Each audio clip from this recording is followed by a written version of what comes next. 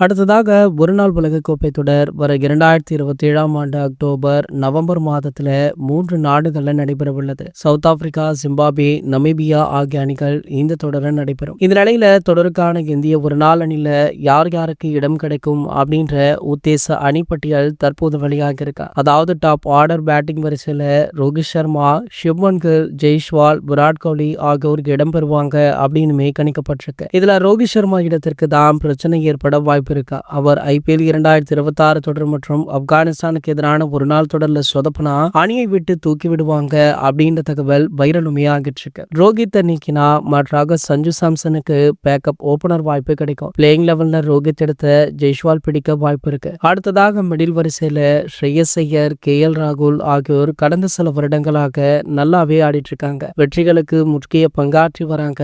Rishabh Pant backup கீப்பராகவும், ring சிங்க backup middle வரிசை வீரராகவுமே சேர்க்க வாய்ப்பு இருக்கு. அடுத்ததாக ஆல்ரவுண்டர்கள், அதாவது சவுத் ஆப்பிரிக்காவில் தொடர் நடைபெறவுள்ளது அப்படின்றதுனால 2 வேகப்பந்து வீச்சு ஆல்ரவுண்டர்கள் தேவை. ஹார்திக் பாண்டியாவுடைய ஒரு இடம் உறுதியாகிடுச்சு. மற்றொரு இடத்திற்கு சிவம் துபே, நிதிஷ் ரெட்டி ஆகியோரிடையே அதிக போட்டி நிலவிட்டிருக்கா. ஸ்பின்னர்கள்ல பாத்தீங்கன்னா சுழற்பந்து வீச்சாளர்கள் இடங்கள்ல குல்தீப் யாதவ், வாஷிங்டன் சுந்தர் ஆகியோர் இடம்பெற அதிக வாய்ப்பு இருக்கா. வேகப்பந்து வீச்சாளர்கள்ல பும்ரா, அர்ஷதீப் சிங், முகமது சிராஜ் ஆகியோருடைய இடம் கிட்டத்தட்ட உறுதியுமே செய்யப்பட்டிருக்கு. சோ இதற்கான 15 பேர் கொண்ட பட்டியலை கூடிய விரைவிலேயே BCCI அதிகாரப்பூர்வமாக அறிவிக்க இருக்காங்களாம். ஆகையால பாத்தீங்கன்னா தற்போது T20 உலகக்கோப்பை வென்ற இந்திய அணி மகிழ்ச்சியிலும் குஷியிலும் இருக்காங்க.